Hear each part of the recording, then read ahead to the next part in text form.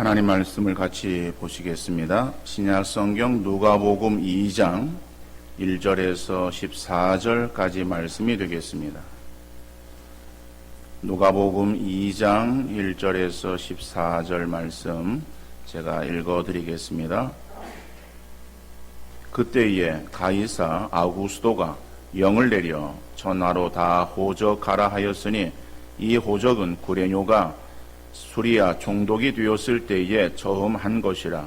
모든 사람이 호적하러 각각 고향으로 돌아가매 요셉도 다윗의 집 족속이므로 갈릴리 나사렛 동네에서 유대를 향하여 베들레헴이라는 다윗의 동네로 그 약혼한 마리아와 함께 호적하러 올라가니 마리아가 이미 잉태하였더라. 거기 있을 그때에 해산할 날이 차서 첫 아들을 낳아 강보로 싸서 구유에 누였으니 이는 여관에 있을 곳이 없음이러라. 그 지역의 목자들이 밤에 밖에서 자기 양떼를 지키더니 주의 사자가 곁에 서고 주의 영광이 그들을 두루 비추매 크게 무서워하는지라. 천사가 이르되 무서워하지 말라. 보라, 내가 온 백성에게 미칠 큰 기쁨의 좋은 소식을 너희에게 전하노라. 오늘 다윗의 동네에 너희를 위하여 구주가 나셨으니 곧 그리스도 주시니라.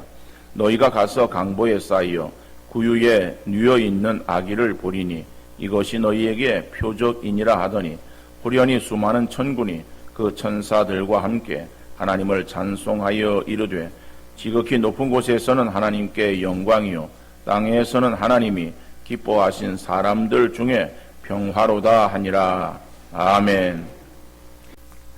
유명한 심리학자인 레오 버스카글리어라고 하는 사람이 있어요. 근데 이 교수가 이제 한 일화가 있는데 그의 아버지가 어느 날 집에 와서 사업이 파탄이 나서 이제 파산 신청을 해야 된다라고 하는 소식을 알렸습니다. 그때 어머니는 자기가 가지고 있었던 보석 목걸이를 내다가 팝니다. 그리고 그것으로 그날 저녁에 잔치를 벌입니다. 나중에 이 소식이 그 가족들에게 알려지면서 친족들 가운데 어머니를 비난하는 말들이 많이 있었어요. 그 친족들이 비난하는 소리를 들으면서 이 레오 교수의 어머니는 그날 저녁이야말로 우리 가족에게는 다른 어떤 때보다도 기쁨이 필요했던 저녁이었기 때문에 그렇다라고 대답을 했습니다. 자녀들이 그 아버지에게 소감을 물었습니다. 그때에 레오 교수의 아버지는 너희 어머니는 자신의 보석보다도 우리 가족이 더 소중하다는 것을 깨우쳐 주었고 나는 그 잔치를 하고 나서 다시 용기를 갖고 내 인생에 도전하기로 결심했다라고 말을 했습니다. 그렇습니다. 우리 인생에 기쁨이 필요합니다. 어떠한 한순간에 일시적인 그러한 기쁨도 우리 어떠한 삶을 전환시키고 그리고 방향에 또 새로움을 줄 수 있는 기회가 되기도 하겠지만은 그러나 우리에게는 영원하고 지속적인 그러한 기쁨이 우리의 삶에 필요합니다. 그러나 오늘 우리 주변에 기쁨을 얻을 수 있는 일보다는 우울하고 가슴 답답한 일들만 많이 일어나고 있습니다. 지도자들은 세움을 받을 때에 이구동성으로 희망을 이야기하고 행복을 약속하지만 우리에게 더 실망만 안겨주는 것 같습니다. 기대가 컸던 만큼 느끼는 실망도 더한 것 같습니다. 여러분, 그러나 세상이 그렇게 돌아간다 할지라도 성경은 우리에게 기쁨을 말하고 있습니다. 특별히 오늘 본문은 온 백성에게 미칠 기쁨의 좋은 소식이라고 말하고 있습니다.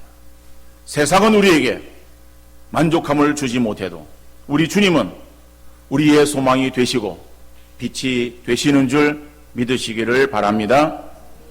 우리 주님이 땅에 오실 때에 세상은 어떠한 세상이었는가? 그때의 세상은 암울한 세상이었어요.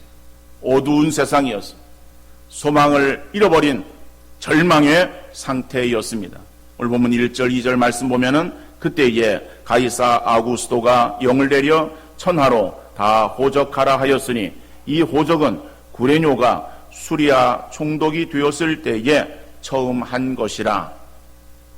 여기서 보면은 가이사 아구스도가 나옵니다. 가이사라고 하는 것은 이거는 로마 황제를 가리키는 그러한 칭호입니다. 로마 황제를 시저, 영어식으로는, 그 다음에 독일어식으로는 카이저, 성경에서는 가이사 이렇게 표현하고 있어요. 이거는 황제를 말하는 거예요. 그럼 황제 아구스도, 그러니까 아구스도는 사람 이름인가 하면은 사람 이름이 아닙니다. 이 아구스도는 아우구스투스라고 하는 이러한 하나의 명칭이에요. 이것은 존엄자라고 하는 그러한 의미를 가지고 있는 명칭을 성경에서는 아구스도라고 그렇게 기록하고 있어요. 그러니까는 존엄자인 황제라고 하는 거예요. 사람 이름이 아니라. 그러면은 이 존엄자라고 불리웠던 황제는 누구를 말하는가 하면은 이 황제는 옥타비아누스를 말합니다. 이 옥타비아누스는 로마의 집정관이었습니다. 당대에 같은 집정관으로 안토니우스라고 하는 사람이 있었습니다. 근데 이 옥타비아누스는 이 가이사 율리우스 황제의 양자였습니다. 네, 그리고 이제 옥타비아누스와 그 다음에 안토니우스 두 집정관 이제 로마의 전쟁에 있어서 앞장서서 전쟁을 행하고 하는 그러한 일들을 행했었습니다. 그런데 이 옥타비아누스와 안토니우스가 결국 그 패권을 다투게 되었어요. 그래서 이 악티움 전쟁에서 이 안토니우스가 패하게 됩니다. 근데 패했을 때에 이 안토니우스의 애인이 누구였었는가 하면은 헬라 시대에 이제 이집트 쪽을 다스렸던 톨레미 그 왕조의 여왕이었던 클레오파트라. 그 클레오파트라와 안토니우스가 사랑에 빠졌다가 결국 그 안토니우스가 전쟁에 지고 그래서 안토니우스는 클레오파트라와 함께 자살을 하게 되어집니다. 그렇게 되어지니까는 이 옥타비아누스가 이제 혼자 되게 되었고 결국 원로원은 그 옥타비아누스를 황제로 이제 등극을 시킵니다. 그러면서 그에게 붙여준 그러한 그 명예로운 칭호가 이 아우구스투스라고 하는 그러한 그 칭호를 이 옥타비안 황제에게 붙여주는 거예요. 그래서 지금 예수님이 태어날 그 때는 로마의 옥타비안 황제가 다스리고 있었던 때임을 말하고 있습니다. 근데 그 옥타비안 황제가 자기가 이제 황제가 되고 나서 로마의 모든 그 백성들에게 하나의 영을 내립니다. 명령하는데 그 명령이 무엇인가 하면은 모든 백성들은 자기 고향으로 가서 호적을 하라라고 하는 그러한 명령이었어요. 그런데 이스라엘은 이 로마가 이제 정복한 그런 땅들을 지배하는 가운데에 이스라엘은 작은 땅이었고 그리고 그 위쪽에 있었던 지금의 시리아, 그 시리아의 그 총독을 파견하고 그 총독인 구레뇨가 이스라엘 지역을 함께 총괄했던 그러한 때를 말하고 있습니다. 그래서 거기에도 역시 동일한 명령이 주어졌어요. 그래서 호적을 해야 되는데 요셉은 마리아와 정혼을 했고 결혼했고 그리고 마리아는 성령으로 잉태했던 몸입니다. 그래서 그는 임신한 상태였어요. 자, 임신한 상태였지만은 이 요셉은 마리아를 데리고 그리고 고향으로 돌아와서 호적을 하는데 고향은 베들레헴입니다. 그 베들레헴은 유대 땅이에요. 그런데 요셉은 어디에서 살고 있었는가 하면은 위쪽 갈릴리 지역에서 나사렛이라고 하는 곳에서 살고 있었던 거예요. 그래서 나사렛에서 유대 땅으로 유대 지역으로 사마리아를 지나서 거기를 건너와서 베들레헴에 자기 고향에서 이제 호적을 해야 되는데 그 길이 뭐 하루에 올 수 있는 그러한 길은 아니었습니다. 그래서 그 밤을 이제 지새야 되는데 지금은 뭐 우리나라도 보면은 곳곳에 다 이 숙박시설들이 있습니다. 그래서 돈만 있으면은 어느 곳에 가서든지 숙박시설을 이용할 수 있죠. 뭐 돈이 많은 사람들은 좋은 호텔을 이용할 수도 있을 것이고 돈이 뭐 적은 사람들은 또 거기에 맞는 그러한 숙박시설을 잡아서 하루를 보낼 수 있습니다. 그런데 여러분 이런 숙박시설들이 요즘에 이렇게 번창했지 예전에는 굉장히 이런 그 시설들이 없었습니다. 특별히 성경 보면은 여관에 머물 곳이 없었다라고 말하고 있어요. 그러니까는 여관이 귀했어요. 그러면 이스라엘 사람들은 여행을 하다가 여행이라고 하는 것이 어디를 가는데 그것이 하루 만에 갈 수 있는 거리가 아니라고 한다면은 어딘가에서 하루를 자야 되었습니다. 그래서 그들은 이 노숙을 하는 거예요. 노숙. 이 밖에서 잠을 자는데 그들은 겉옷을 가지고 있습니다. 그 겉옷은 하나의 커다란 이 망토 같은 그러한 그 옷을 두르고 허리띠를 띠고 있다. 그것이 밤이 되어지면은 하나의 이불이 되어지는 거예요. 그러면은 밑에 반 깔고 반은 덮고 이런 식으로 해서 하룻밤을 지내는데 이스라엘 그 지역은 지중해에서 넘어오는 그러한 습한 이 바람이 밤이 되어지면은 이슬로 항상 내리게 되어 있어요. 그래서 그 이슬이 이스라엘 지역의 식물들이라든지 동물들에게 굉장히 유용한 이러한 양식원이 되어집니다. 그런데 밤에 잘 때에 이슬이 내리면은 굉장히 불편해요. 그래서 노숙하는 그런 사람들도 남의 집에 들어가는 것이 아니라 집 처마 끝에서 이슬을 피해서 노숙을 하면서 밤을 지냈던 것입니다. 그런데 이 요셉은 마리아를 데리고 이 마리아가 지금 만삭인 몸이에요. 그래서 그럴 수가 없어서 아마 다른 집의 문을 두드렸을 거예요. 그런데 이스라엘 사람들에게 있어서는 외부 사람들이 올 때 밤에 오면은 문을 열어주지 않습니다. 왜냐면은 누군지 모르는데 신분을 알 수 없는 그런 상황 속에서 문을 열어주었다가 어떤 일을 당할지 알 수 없잖아요. 그래서 밤에는 대부분 문을 열어주지 않습니다. 그런데 아마 요셉은 상황을 얘기했을 거예요. 그러니까는 아마 들어오게 하고 그런데 그 집에 거할 방은 없었고 그래서 이슬을 피할 수 있는 그러한 그 동물들, 가축들을 키우는 바로 그러한 곳에 이제 마리아를 쉬게 하면서 근데 그날 이제 출산을 하게 되어졌습니다. 그래서 출산한 아이를 받아서 강보에 싸고 포대기에 싸고 그래서 구유에 누였습니다. 그런데 우리는 생각할 때에 구유 그러니까는 이것이 말구유인가 보다. 그리고 말구유라고 해석을 갖다가 붙입니다. 그리고 그곳이 어딘가 하면은 마구간이다. 근데 이스라엘은 말을 거의 키우지 않습니다. 주로 키우는 것은 양이에요. 우리가 시골에 가면은 요즘 뭐 닭 때문에 닭이 굉장히 순환을 당하고 있습니다만은 닭을 키우잖아요. 그리고 밤 되어지면은 닭을 불러 모으고 닭장 안에 닭을 집어넣습니다.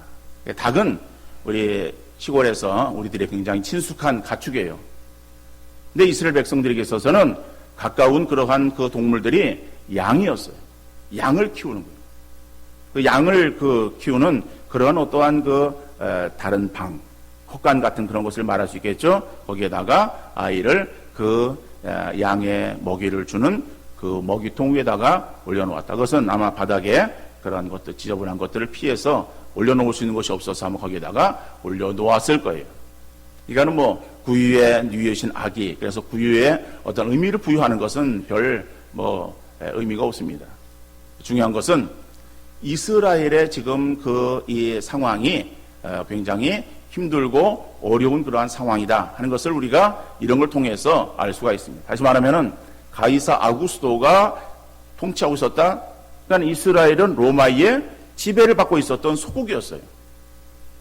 여러분 우리나라도 일본에 지배를 당한 적이 있습니다. 그래서 이 강점기 때에 계셨던 분들이든지 아마 그런 역사들을 들어서 알고 있었던 그러한 우리 기성세대들은 그때의 삶이 굉장히 힘들고 어려웠음을 우리가 다 익히 알고 있습니다. 이스라엘도 마찬가지예요. 상황이 똑같다라고 말할 수는 없지만은 어떤 속국으로 있었던 이스라엘 많은 세금을 냈어요. 그래서 세금을 거둬들이는 세리, 성경에 보면은 그 세리를 죄인 취급했습니다.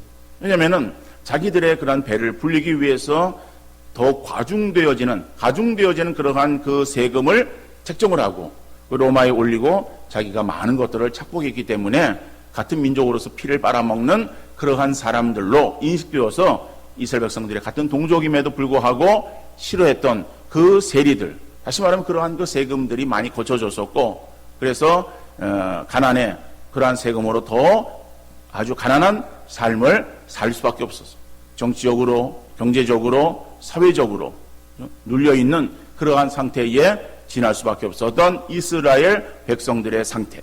더 나아가서 이스라엘 백성들에게 있어서는 자기들이 하나님의 선택되어진 그러한 백성이다, 선민이다라고 하는 자부심을 가지고 있었는데 지금 자기들은 이방 나라 로마에 지금 지배를 받고 있는 거예요. 근데 그것이 그 전에 헬라, 그 전에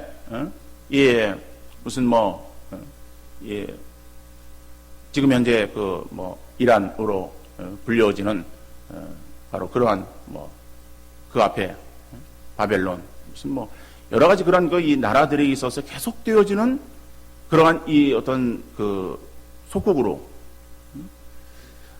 왜 우리가 이러한 어려움을 당해야 되는가라고 하는 그러한 그 비참함 가운데에 그들이 지금 처해 있었던 거예요. 그래서 그들은 이 메시아를 기다리고 있었지만은 그러나 자기들의 처한 그러한 그 이 상황 속에 있어서 희망을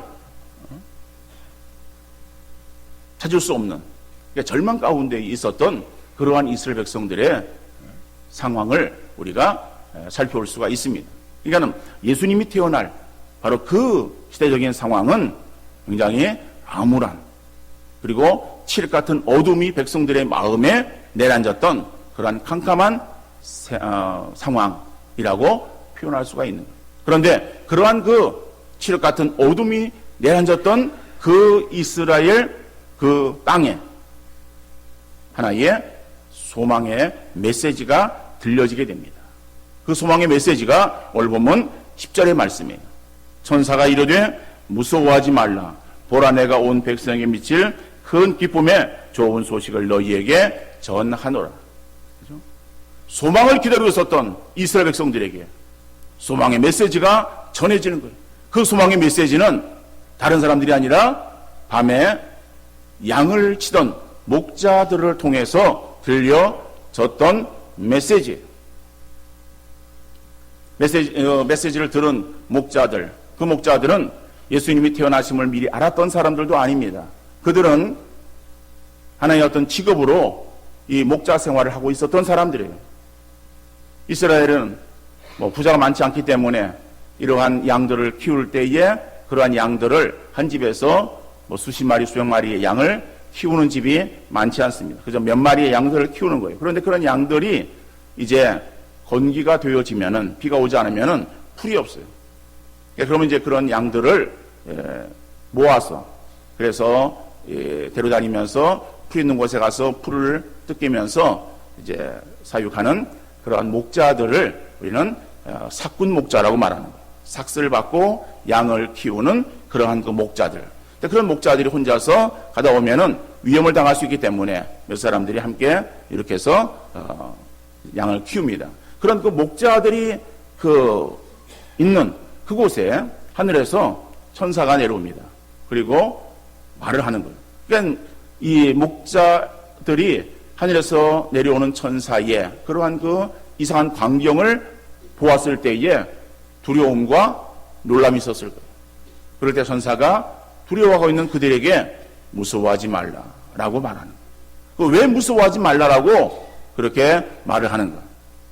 그 이유를 온 백성에게 미칠 기쁨의 좋은 소식을 내가 가지고 왔고 그것을 너희에게 전하러 온 것이지 어떠한 나쁜 소식을 전하러 온 것이거나 하나님의 심판을 말하러 온 것이 아니다라고 그렇게 얘기를 하는 거예요. 자, 그러면서 11절 오면은 예수님의 탄생을 말하는 거예요. 예수님의 탄생은 모든 사람들에게 기쁨의 소식이 되어지는 거예요. 물론 우리는 예수님의 오심의 목적을 알고 있어요. 그래서 그 예수님을 우리가 정말 탄생하신 그러한 그 성탄절을 우리가 맞이하면서 우리는 자연스럽게 우리의 심령 속에서, 우리 입술에서 기쁘다 구주 오셨네, 그 찬송이 흘러 나오게 되어지는 거예요. 그런데 세상 사람들은 기쁘긴 기쁜데 이 날이 왜 기쁜 날인지 알지 못하는 가운데에 기뻐하는 사람들이 너무나도 많이 있어요. 단지 이 날이 그저 어떤 유흥을 즐길 수 있는 절호의 기회라고 생각을 하기도 할 것입니다. 그래서 지인들과 함께 술자리를 예약하기도 하고, 아니면 지인들과 함께 어떠한 만남의 그러한 그 자리를 만들기도 하고, 나름대로 어떠한 기뻐하기 위한 그러한 여러 가지의 그러한 이벤트를 준비하는 날로 생각할 수 있을 거예요. 근데 그들은 의미를 모르지만은 그냥 남들이 기뻐하니까는 기뻐하는 그런 날로 여기고 있어요. 그러니까는 의미를 알지 못하고 기뻐하는 그러한 사람들이 기뻐하는 날, 그날도 역시 그날 기쁨의 날이에요. 근데 우리는 그 의미를 알고 기뻐하는 기쁨의 날이다. 그래서 어떤 간에 성탄절은 모든 사람들에게 다 기쁨의 휴일이 되어지고 있는 것은 분명한 사실입니다. 그러나 정말 예수 그리스도의 오심이 왜 우리에게 기쁨의 좋은 소식이 되어지는가 라고 하는 그러한 그 이유를 오늘 보면 11절은 이렇게 말씀하고 있습니다. 오늘 다윗의 동네에 너희를 위하여 구주가 나셨으니 곧 그리스도 주시니라. 너희를 위하여, 우리를 위하여, 그죠? 나와 여러분들을 위해서 하나님께서 우리에게 주신 선물이라고 말하고 있어요. 그 선물이 어떤 의미를 가지고 있느냐? 첫 번째로는 우리의 구주가 되신다라고 말하고 있어요. 구주라고 하는 말은 구세주라고 하는 말이에요. 구원자라고 하는 말이에요. 마태복음 1장 21절에서는 아들을 낳으리니 이름을 예수라 하라. 이는 그가 자기 백성을 그들의 죄에서 구원할 자이심이라 하니라. 이 땅 위에 오신 바로 그 인간의 몸을 입고 오신 바로 그분은 예수님이에요. 근데 예수님은 이름이에요. 그 이름의 의미는 우리가 가지고 있는 이름도 다 의미가 있습니다. 그죠?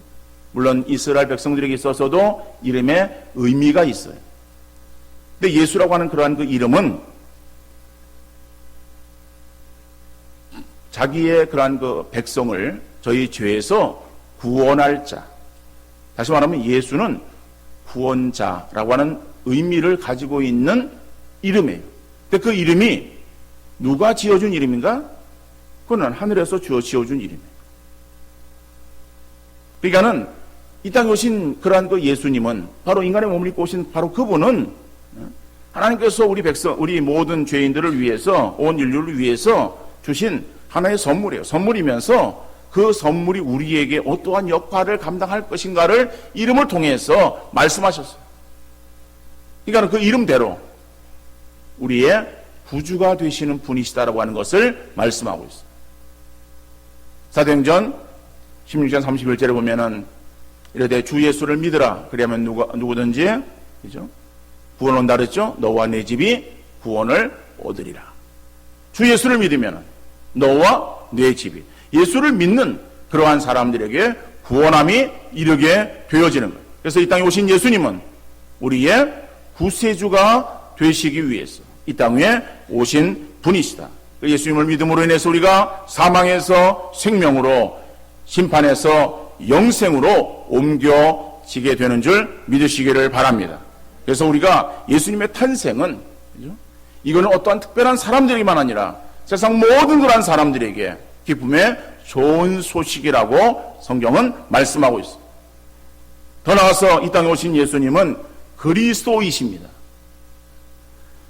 너희를 위하여 구주가 나셨으니 곧 그리스도, 그죠? 그리스도라고 말하고 있습니다. 그러니까 그리스도라고 하는 그 것의 의미는 기름 부음을 받은 자라고 하는 의미를 가지고 있어요.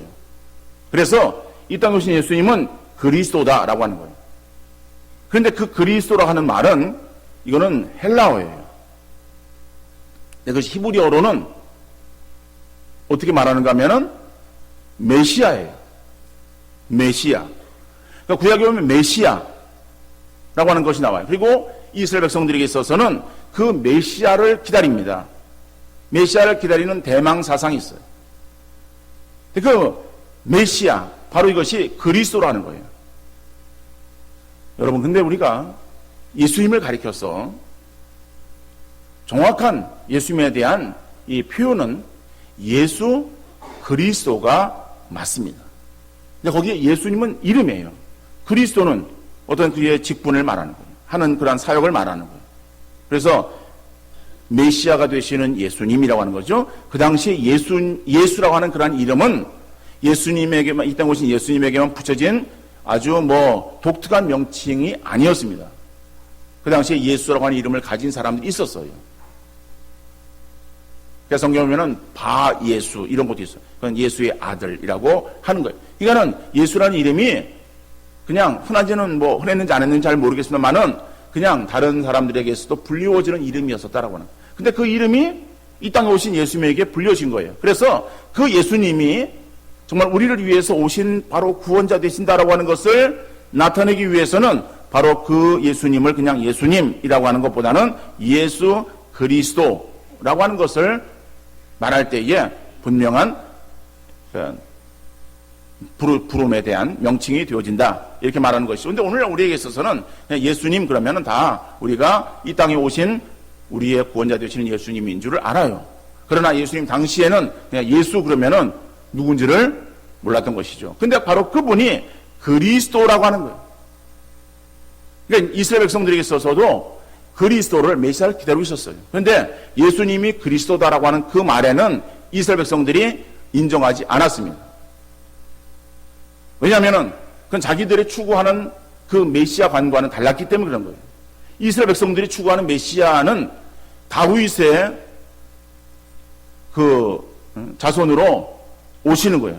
근데 그것은 예수님이 다윗 자손으로 오실 것을 나타내고 있는, 그래서 예수님이 그 예언대로 오셨다라고 하는 것을 이제 말씀하고 있는데, 그런데 이스라엘 백성들에게 있어서는 다윗 자손으로 오시는 바로 그분이 어떠한 분인가라고 하면은 다윗처럼 그렇게 강한 힘을 가지고 어떤 군주의 모습으로 와서, 그래서 우리를 지금 괴롭히고 있는 적들을 물리칠 그런 어떤 능력자인 메시아를 기다리고 있었던 거예요.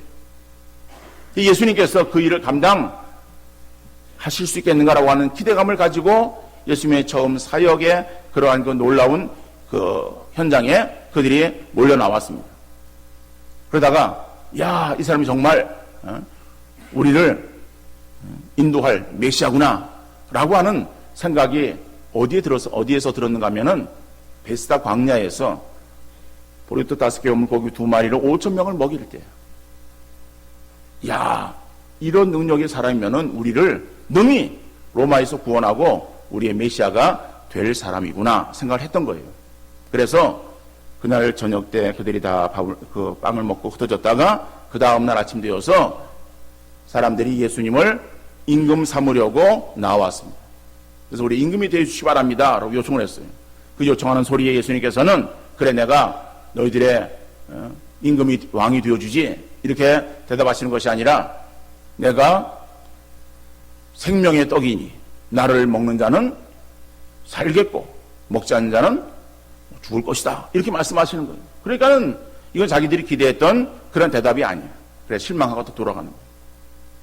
그러니까 이스라엘 백성들에게 있어서의 기다렸던 메시아, 이거는 엉뚱한 방향에서의 자기들의 그 어떠한 처한 육신적인 그러한 그 나라를 세울 메시아로 생각했지만, 성경은 모든 인류들이 죄에서 그 고통당하고 있을 때 그 죄에서 구원할 그러한 그 구원자 되시는 그리스도를 우리에게 말씀하는, 바로 이 땅에 오신 그분이 메시아가 되신다라고 하는 것을 말씀하고 있어요.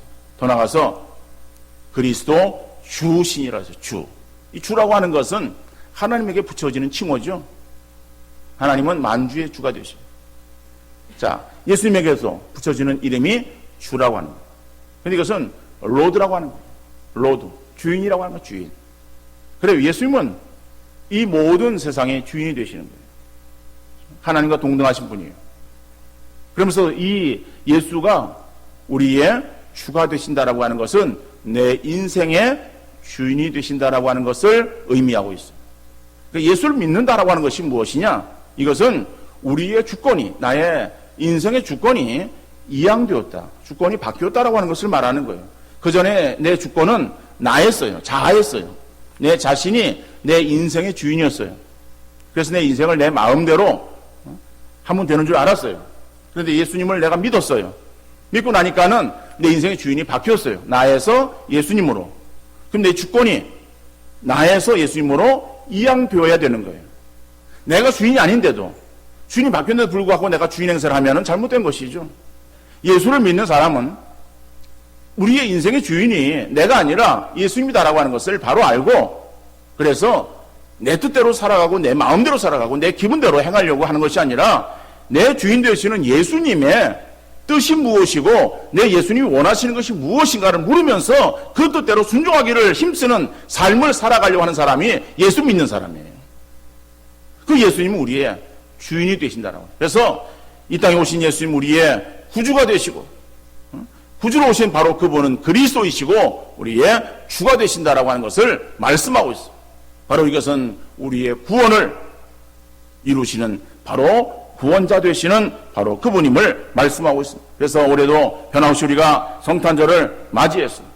우리가 예배를 드리고 성탄의 찬양을 드립니다마는 정말 이러한 의미를 알고 있는 우리들은 정말 그 예수님이 나와 여러분의 우리의 구세주가 되었다고 하는 사실을 우리가 확신하면서 정말 기쁘다, 구주 오셨네, 우리가 더욱더 소리 높여 찬양하며 영광 돌리는 귀한 삶이 되어질 수 있기를 간절히 바랍니다. 죄가 있는 곳에 죽음이 있고 욕심이나 미움이나 시기 다툼이 나타나는 거예요. 그러나 예수님이 오심으로 죄가 사해지게 되었고 평화가 깃들이게 되었습니다. 이상의 모든 죄악으로 인한 결과들을 사람으로서는 해결할 수 없지만은 예수님으로서는 가능한 줄 믿습니다. 그러므로 예수를 믿어 하나님의 자녀가 되어진 우리들은 이 땅 위에 오신 예수 그리스도, 모든 그런 그 백성들을 죄에서 구원할 자 되심을 우리는 알고 믿었기에 예수 그리스도의 오심을 우리가 성탄절을 맞이할 때마다 다시 한번 우리의 심령 속에 이 사실을 알지 못해서 그저 세상 속에 성청망청하고 절망 가운데에 그저 그냥 방황하고 있는 그러한 인생들을 향해서 예수 그리스도의 오심을 우리가 분명히 증거하는 귀한 심령들 되어질 수 있기를 간절히 바랍니다. 그래서 정말 예수 그리스도의 오심이 나에게만 기쁨이 아니라 세상 모든 그러한 사람들에게, 소망이 없는 사람들에게 소망의 빛을, 그 다음에 절망 가운데에 헤매이는 그러한 사람들에게 정말 하늘의 그러한 그 소망을 가지고 살아갈 수 있도록 예수 그리스도의 오심을 분명하게 증거하는 귀한 우리 모든 성도님들 되어질 수 있기를 주님 이름으로 축원합니다.